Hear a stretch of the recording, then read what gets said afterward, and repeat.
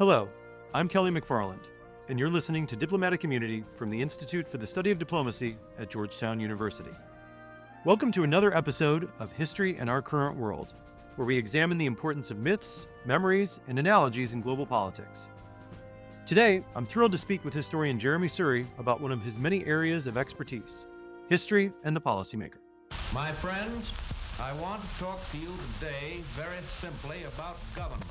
I also believe that events in Iraq have reminded America of the need to use diplomacy. This is not a time to undercut our diplomats.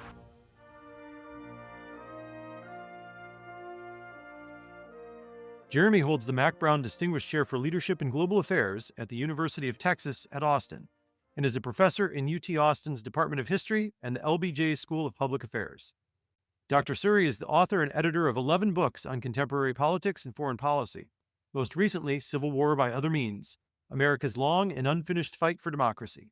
His other books include The Impossible Presidency, The Rise and Fall of America's Highest Office, Henry Kissinger and the American Century, Liberty's Surest Guardian, American Nation Building from the Founders to Obama, and The Power of the Past, History and Statecraft, edited with Hal Brands. Let's listen to the conversation.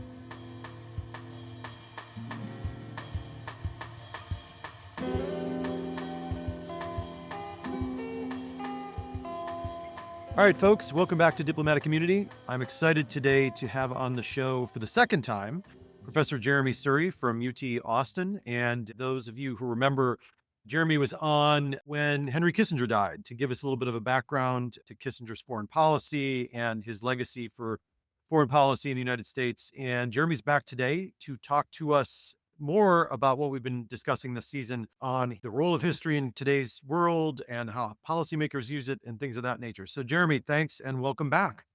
Kelly, always wonderful to be with you, and I'm always excited to be around people who want to talk about history and policy. There you go. Yes, well, get ready, buckle up. And disclaimer before we get started here, and I ask the first question, like some of the other guests that we've had this season, I used one of Jeremy's books in my class. He co-edited with Hal Brands a book called The Power of the Past, and I use that every semester when I teach this course. So, Jeremi, I wanted to back up a little bit before we kind of dive into the specifics of policymaking in history and the role that it plays. I wanted to get your broad take on the use of history and its importance for current affairs. And when I talk about that, I'm including the things we've talked about on this season of the podcast already. When we talk about the role of myth and collective memory, how today misinformation, disinformation plays into that. And when you talk to your students about history and the importance of history, how do you try to frame that for them so that they can get an idea on what you and I are talking about when we talk about this stuff? It's a great question, and it's something I spend a lot of time thinking about and working on. And I find that students are interested in myths. They want to know why it is we think we know things that aren't true. Why is it that we think the United States has never lost a war? Why is it that we believe that every president has been free of corruption and always sustained their duty to the United States? Now, I'm a patriot. I know you are too. I think most of my students are patriots. And one of the points is if you really care about a country and you care about a society, you want to understand the mistakes of the past so you don't repeat them. I have preached that exact same thing to my classes so many times. So that's often where I begin. And the most recent book I wrote was on the legacies of the Civil War, which is very much about myths we carry after the Civil War, particularly in the South, but across the United States, about issues regarding race, about issues regarding equality, foreign policy. And my goal is not to be the smarty pants historian. That's the thing that always leads my wife to say she's not sure she wants to bring me to cocktail parties because I'm correcting people's mistakes. Yes, yeah. What I'm trying to get young people to do is to understand how getting behind the myths opens up opportunities for us to do new and innovative and exciting things. And that's what usually turns the lights on for students, right? We're in Austin, Texas. Everyone's interested in innovation. And the point I make is innovation is usually turning conventional wisdom on its head. That's what technical innovators do, and that's what social science and humanities innovators do. We take a conventional way of thinking and say it's not that we're entirely wrong, but we're missing something when we think the United States has always won its wars. We're missing lessons we can learn about the misuse of power or the underinvestment in diplomacy or the misplacement of military force in places where it shouldn't go. Those are lessons we can learn by pushing at conventional wisdom, trying to get behind myths and bringing in historical insight. Yeah, and I like that notion too of sort of the innovation and deconstructing these myths because, as you said, my biggest point about deconstructing these myths is always to talk about that idea of progress. If you believe these myths and you think, everything is perfect because that's the history you're reading, whether or not you're in Russia or the United States or Brazil or wherever you are, there's nothing to fix. Right. So then what do you do? How do you move forward? Well, deconstructing these myths demonstrates that there is a problem still. So then how can we fix that and make our country even better or progress forward? Absolutely. And it works the other way too, of course, right? We can have myths that say we've always done the worst thing. Just as there was Yes. a myth that we never lose wars, there's also the myth that the United States is horrible and has always mistreated every minority people. And that's not true either. That's an overgeneralization that becomes mythical. And so, actually, what we're trying to find is that sweet spot between Right. the extremes, which are ahistorical ideological statements, to the real empirical reality that if we care about policy, has to be the place we spend our time. Yeah. And that's where usually the more accurate history lies, is somewhere in that middle ground. And that's what I keep trying to talk to my students about too. And one of the reasons we back up when we start this class and sort of look at, okay, what is history? How do we put it together? How do we make it? And that understanding from the get go that it is multi causal Right. is what allows for you to then interrogate myths in a different way than you have in the past, to question those myths on whatever side they are of those different poles. So you can then try to work towards the middle. And this always cracks me up because I've got one of my favorite baseball hats that I wear. We went to the Fredericksburg Nationals. I think it's the AA team for the Nats, but their logo is George Washington with an axe chopping down the cherry tree. And I've got this hat and I love it. But every time I put it on, I'm thinking to myself, I'm just perpetuating this myth. But anyways, I still wear it because Yeah. it's a good hat. It's funny, right? It's a myth from Parson Weems created by a Yeah. historian. If only you and I had that power to create myths ourselves. Yes. Yeah. Yeah. Huh. Yeah. And that one's held for over 2 centuries at this point. Yeah. So, Yeah. but okay. So moving more into the policymaking side of things and history. So I want to look back before we get into how policymakers use history specifically or the current era. You've written many books and you've studied US history. What are some of the biggest examples you have of history playing a role in actual policymaking? Well, I think our history is infused with policymakers who have the wisdom of history. We're very fortunate in that respect. One would start with the founders. They were not political scientists in the way we think of today. I don't think any of them did regressions, nor did they try to, go and do natural experiments in the world. What they tried to do was understand history and build a new kind of republic. And as J.J. Pocock and others have written, they went back to the history of Renaissance Europe. They looked at the history of England, and they tried to fuse together the world of Machiavelli, the world of John Locke, the world of Montesquieu. And the Constitution, and especially the Federalist Papers, are infused.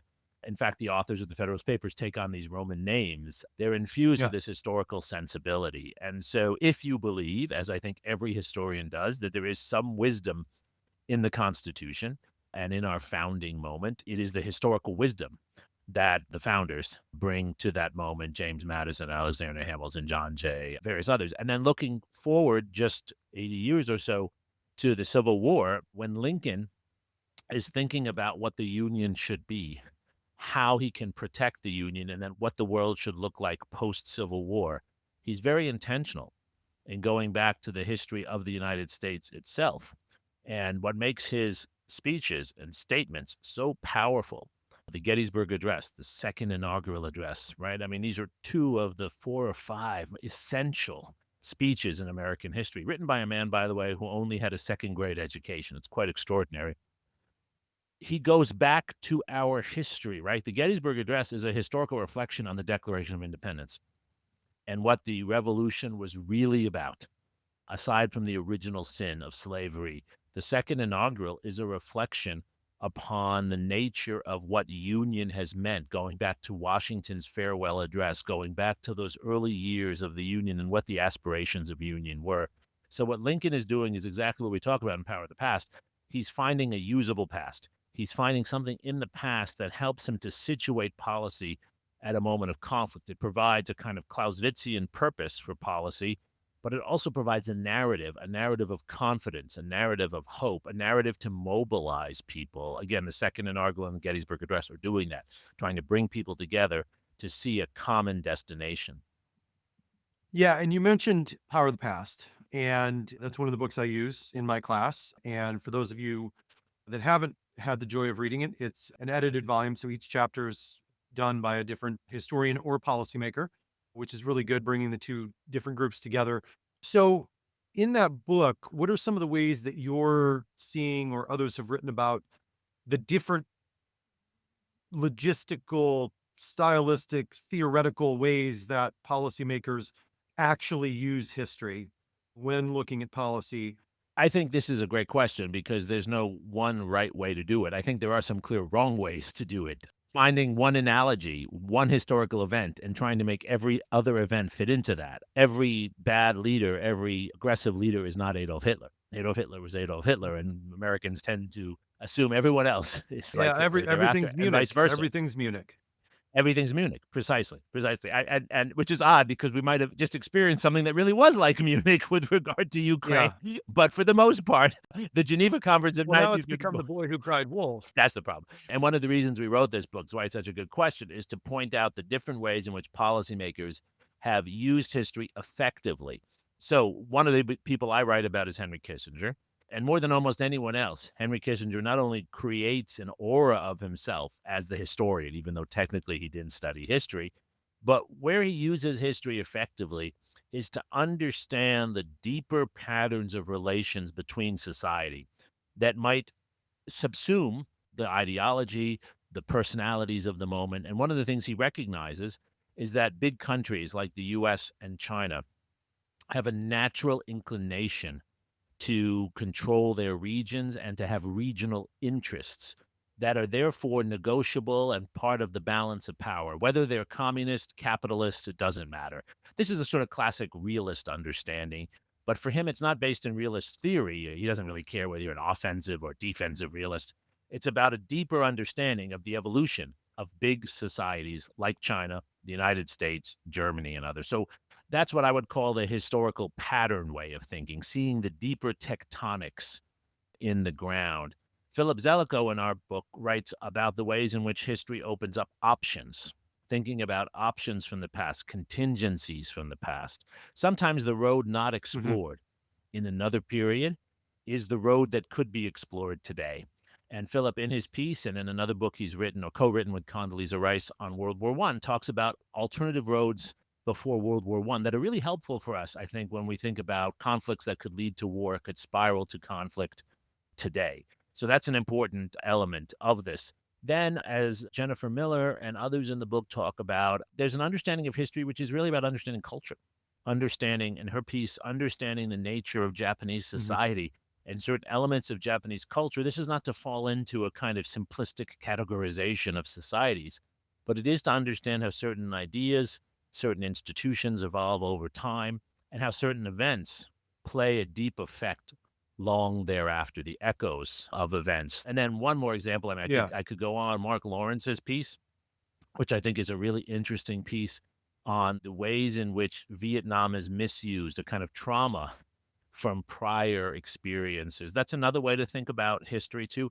What are the traumas that perhaps are clouding our vision? I think 9/11 did that for us for a little while in the United States. I think in a country like Germany, of course, World War II is still a trauma that the country struggles with. And how can we recognize where that trauma is perhaps closing off parts of the world we need to see? Yeah, and I think that's an important thing to remember as well, because when we were growing up, going through college and grad school and stuff, it was always the Vietnam syndrome. And what I keep talking about with my students all the time too is your generation, is it going to be the Afghanistan syndrome, the Iraq syndrome? Mm, Is that mm. going to overtake the Vietnam syndrome moving forward for younger generations?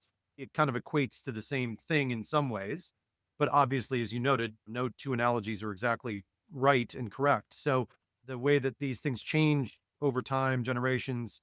Interestingly, though, Munich is still out there. I think because World War II was such a traumatic experience worldwide, I think it still sticks, even though we, at this point, have lost more and more folks that were around and can remember that time period. It's still such a traumatic event. I think it still plays a major role in people's psyche for obvious reasons. And then your first point, though, I just want to hammer home even more the idea that this notion of taking one analogy and trying to fit the current situation into it and create policy from that is so wrong, and usually where people do go wrong. And what I always talk about, and I think another big book that I use in this class constantly is the oldie but goodie Thinking in Time by Neustadt and May, which really dives into these analogies and was kind of the first one to really look at these and try to figure out how to use them, right? Not just that they are Right. used, but Right. how to use them. And my takeaway always is the best reason and why you want to use multiple analogies when looking at something is analogies are best at helping you better understand the current situation so that you can then devise policy moving forward. So I don't know what you think about that. Totally. I completely agree with that. And I find myself when I'm writing about contemporary affairs, I have a Substack newsletter. So every day I'm writing stuff about this. I do that as much for my own therapy Yeah. as for my Yeah. readers. But I find myself using different analogies, different days to understand different pieces of the puzzle. And I think that's a helpful exercise. I think one has to still know that these analogies are approximations. It's like the floor plan for your house. It tells you a bit about your house, but it doesn't actually really tell you how you live in your house. And your floor plan is probably not entirely accurate, Yeah. actually. Yeah. It's the same kind of thing. It's a floor plan for understanding a complex phenomenon like a new administration in Washington, right? And we use analogies to help us see certain dynamics. So just to throw it out there, I think one can talk about the period of robber barons in the late 19th century when thinking about particular powerful people in an administration. One can think about Munich when thinking about relations with aggressive states. One can also think about the Cold War when thinking about conflictual relations. And the point here is not to say that any of those analogies is even close to a perfect match, but it is to say that it opens our eyes to take a look at certain dynamics and then investigate them further.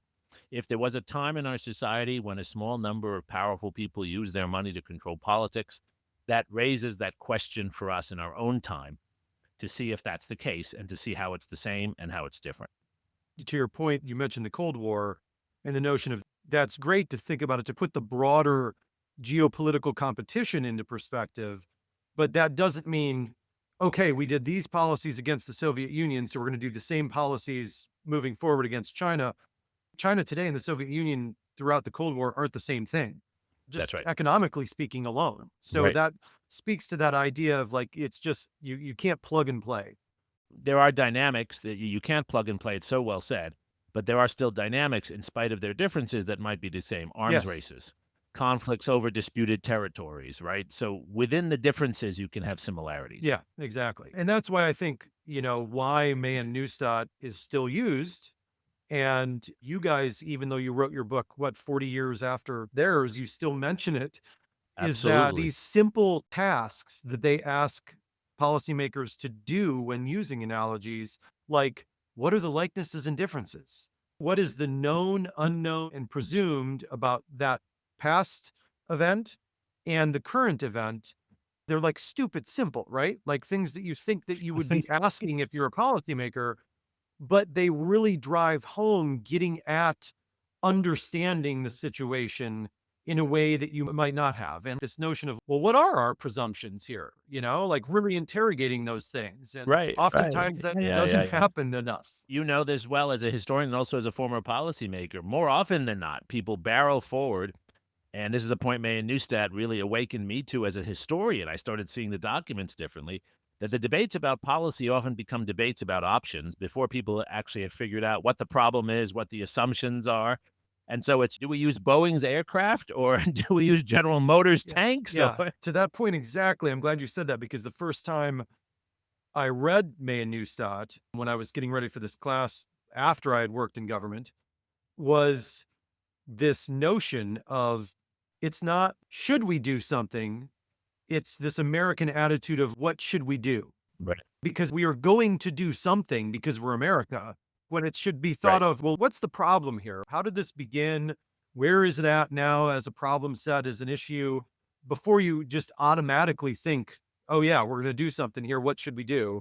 So, moving to today, we just already mentioned the analogy of the Cold War and America and China. We've got Munich, we've got the 1930s, we've got pre-World War One international order relations talked about a lot. We've got the 1970s and stagflation and things like that talked about. We've got leaders around the globe using history for their own purposes and stuff. So, what are some of the biggest uses of history today for both good and bad that you see out there? And what are some of the overarching, heavily used analogies that you're seeing today for our current world? Well, I think there is a tendency we have to find analogies that confirm our emotional feeling before our analytical feeling. And so the debate about fascism, which I think is a serious Yeah. intellectual debate, and a lot of our colleagues are involved in it, and there's some very deep thinkers in this debate. But for most people, they're not really thinking deeply about it. They're simply deciding whether they don't like a regime, and so they call it Yeah. fascist, or whether they like it or grudgingly think it might do good things, so they say it's not fascist. And so that's actually, using the history kind of as ketchup for whatever your Yeah. dish Yeah. is. And that's not helpful at all. And in fact, it makes it all kind of a silly game. And there are many versions of that. The same thing for Russia, right? Some would say, okay, Putin is Stalin. And then there are others who are like, no, he's not Stalin. He's misunderstood. He's Khrushchev. And this is just reconfirming what it is you already thought when you went into this. I think the way to use history is not to begin with the judgment, but to begin with the problem. Mhm. How do we explain something that is either surprising or difficult to explain just by what we see as the fact basis in front of us? So it's not difficult to explain, it seems to me, that Russia invaded Ukraine and why Russia invaded Ukraine. You don't need historical analogies to understand that at all. But then, once this war begins and you have a war now of attrition that doesn't show any easy way out, this is where history can be useful. What are other conflicts like this that we have studied that can maybe give us leverage on understanding where this can go? And if I were advising Secretary of State Blinken or Rubio, how can some of those analogies, some of those historical experiences perhaps open up options for us to think about the role the United States could or could not play in trying to help this situation? So if it's World War one of the lessons, it seems to me, from World War One would be to find a way to give all sides an opportunity to stop the damage without having to renounce the reasons they're in the war in the first place, right? This is the big Right. problem, right?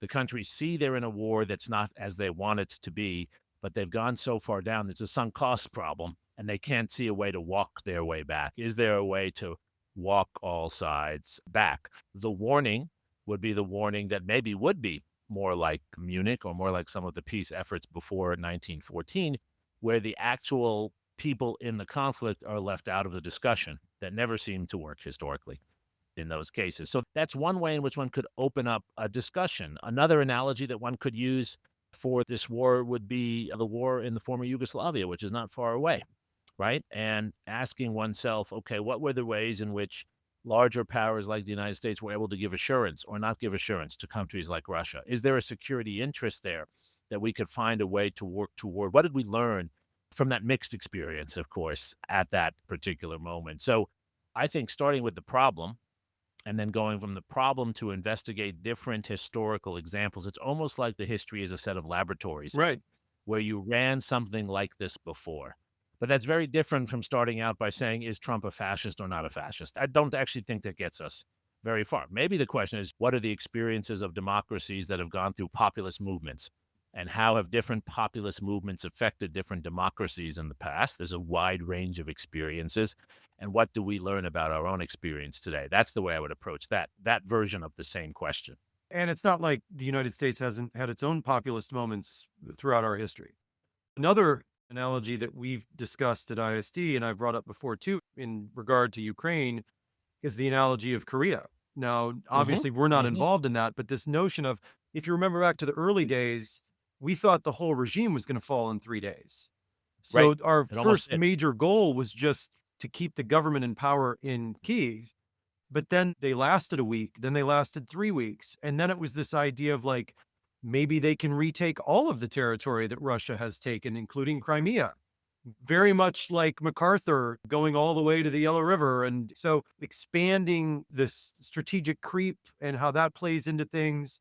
And then what do we learn from that to take away to understand and hopefully not set up a situation like we've had now for the past 70 years in Korea with this sort Right. of armistice, no peace treaty, and this divided nation. That's a great analogy and helpful, again, if one is using it as a series of historical Exactly. cases and analogies, because what it also shows is as painful and as difficult as the division has been, and there's never actually been a settlement of the Korean War. Nonetheless, it's probably better than the alternative of continued fighting and certainly allowed South Korea to develop. I mean, at the end of the Korean War, right, the South Korean GNP is lesser than the North Korean. Yeah. And now, I mean, they're different worlds, right? I think the GNP of Seoul is itself, so much larger than North Korea's. So there might be a lesson in divided states. I mean, as icky as that sounds, and I kind of think this is what President Zelensky was saying when he came to Washington a little while ago, right? He wasn't saying, as I understood it, he wasn't saying we can't have a division, but he was saying that that division has to be a division that's actually stable. It can't be a division that's just a rest period for one side to prepare to overrun the Right. other. For Russia to rearm. Taking this a step further, and one of the things you guys talk about, you and Hal Brands in your book as well, is where does this leave us as historians, as policymakers? What do we need to do better to create a world in which history is a better guide or is more useful for policymakers moving forward? What role do policymakers play in this conversation, and what role do we play as historians? So one of the reasons we wrote the book, and we did kind of see it as a sequel to the groundbreaking book by Neustadt and May, was because we really felt that although they identified some of the important dynamics, that book had not yet created the dialogue we need between historians and policymakers. Part of this dialogue has to be historians not pretending they're Yeah. policymakers, by the way. We're not. Our comparative advantage is not to wag our finger and tell policymakers what to do, nor is their comparative advantage to wag their fingers and tell us that we're not writing the history they want to Yeah. read. Or we're not living in the real world. Exactly, right? And they know things we don't know. Well, that never works in dialogue, right? That cuts Yeah. off dialogue. What we need to have is more of a serious conversation where historians, first of all, write in English and write in ways that policymakers can read. And sometimes that will mean learning to write memos as well as books. We all love writing books, but writing things that busy people can actually read and engaging in a dialogue that is designed to provide them with a wider historical basis for the decisions they're making. Whereas we're not telling them, though, they're wrong-headed or that they shouldn't make decisions. We have to treat them with respect and try to provide them with useful information. Listen to the questions they're confronting and provide historical knowledge that's useful. In return, we ask that policymakers take the history seriously and become fact-focused. There's too much pressure on policymakers today on both sides of the aisle not to get the facts right, but to get the ideology right. That's okay maybe when you're campaigning, I get it. But if you're sitting in Foggy Bottom or at the Pentagon or wherever else, you have a duty. You have a duty to pursue the Mhm. facts. You are not there serving an ideology. You take an oath to the Constitution to do the particular job. And I know every diplomat that I've met takes that very, very seriously. And so we have to be open to the needs of policymakers and think in ways that are useful to them with the integrity of our field. And we expect them in this dialogue to be fact-based, to care about not just whether what we say agrees with where they stand. Some of the history we will present to them will not be history they are comfortable with, right? Who's comfortable with the history of lynching in the United States? No one is, but it is part of our Right. history. And so we have to be willing to accept that and work that into the policy process because those are the facts. That is the real history. All right, Jeremy. I could continue this conversation for hours, but our listeners would have tuned out by then. I appreciate it. As always, thanks for coming on. My pleasure. It's good to talk with you, Kelly. Thanks again to Jeremy for his time and thoughts, and thank you for listening to this episode of Diplomatic Immunity. This show is produced by Freddie Mallinson and Theo Malhotra. Thank you to the Carnegie Corporation of New York for their support for this podcast. Be sure to check out any episodes you may have missed via our website. Please rate, review, and follow this podcast wherever you listen, and tell your friends and colleagues to come find us on Apple Podcasts, Spotify, or anywhere else they listen. Follow us on Twitter @GUDiplomacy and visit our website, isd.georgetown.edu, to learn more about our work. I'm Kelly McFarland. Until we meet again.